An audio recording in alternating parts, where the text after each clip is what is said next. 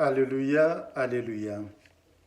Redressez-vous et relevez la tête, car votre rédemption approche. Alléluia. Le Seigneur soit avec vous.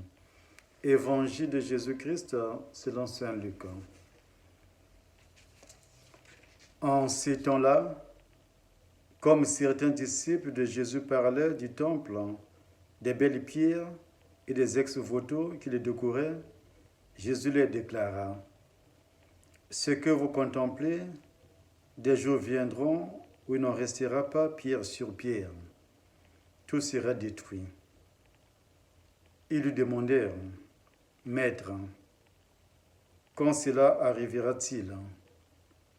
Et quel sera le signe que cela est sur le point d'arriver? Jésus répondit: Prenez garde de ne pas vous laisser égarer, car beaucoup viendront sous mon nom et diront: c'est moi. Ou encore: le moment est tout proche. Ne marchez pas derrière eux. Quand vous entendrez parler de guerre et de désordre, ne soyez pas terrifiés.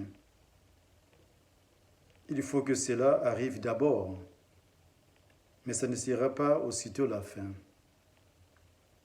Alors Jésus ajouta: on se dressera nation contre nation, royaume contre royaume. Il y aura de grands tremblements de terre et en divers lieux des famines et des épidémies. Des phénomènes effrayants surviendront et de grands signes venus du ciel. Mais avant tout cela, on portera la main sur vous et l'on vous persécutera. On vous livrera aux synagogues et aux prisons. On vous fera comparaître devant des rois et des gouverneurs à cause de mon nom. Cela vous amènera à rendre témoignage. Mettez-vous donc dans l'esprit que vous n'avez pas à vous préoccuper de votre défense. C'est moi qui vous donnerai un langage et une sagesse à laquelle tous vos adversaires ne pourront ni résister ni s'opposer. Vous serez livrés même par vos parents, vos frères, votre famille et vos amis.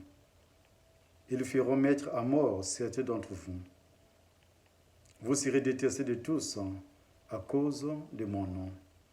Mais pas un cheveu de votre tête ne sera perdu. C'est par votre persévérance que vous garderez votre vie. Acclamons la parole de Dieu.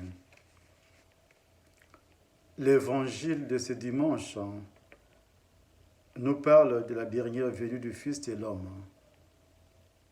En effet, dans 2 semaines, nous célébrerons la fin de l'année liturgique par la fête du Christ, roi de l'univers. C'est pourquoi l'Église nous présente aujourd'hui le texte qui parle de la parousie. Et en même temps, elle nous invite à penser aux dernières fins de l'homme: mort, jugement dernier, enfer, gloire au paradis.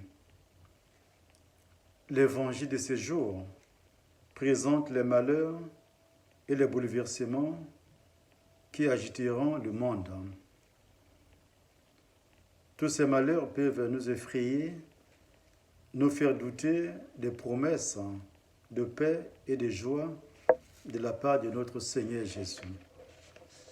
Jésus veut nous dire clairement que la vie chrétienne n'est pas toujours un fleuve tranquille, mais nous invite à être connectés à sa personne, d'épuiser nos forces et nos joies dans l'amour qui jaillit de son cœur miséricordieux. Il nous invite à poser des gestes simples mais significatifs qui sont source d'espérance pour notre prochain, pour nos frères et sœurs. Car de la première lecture, le prophète Malachie nous dit que nos attitudes arrogantes et destructrices brûleront un jour comme de la paille qui n'a pas de consistance.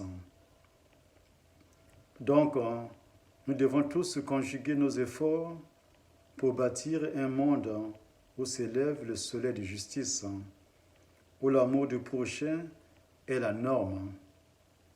Un monde qui se sera vraiment préparé à la venue du Fils de l'homme.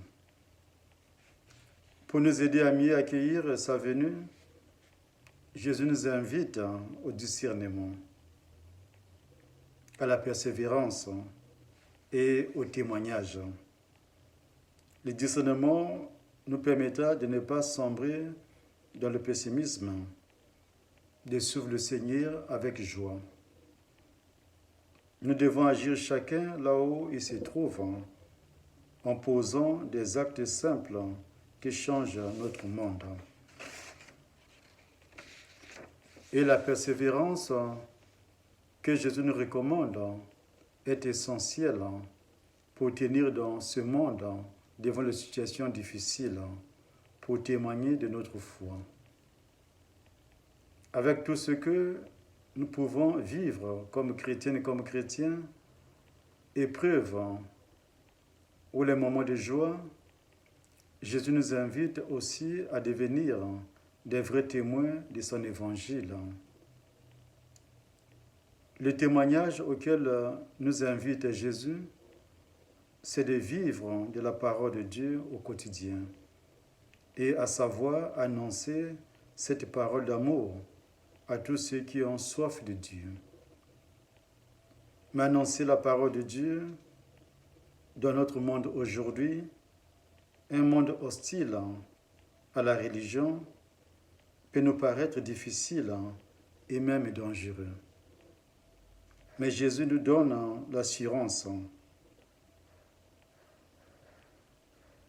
Je vous inspirerai un langage et une sagesse à laquelle tous vos adversaires ne pourront opposer ni résistance ni contradiction. Demandez au Seigneur en ces jours qui nous sanctifie, qui met en nous l'esprit de courage et qui nous oriente sur le droit chemin au quotidien. Au nom du Père et du Fils et du Saint-Esprit.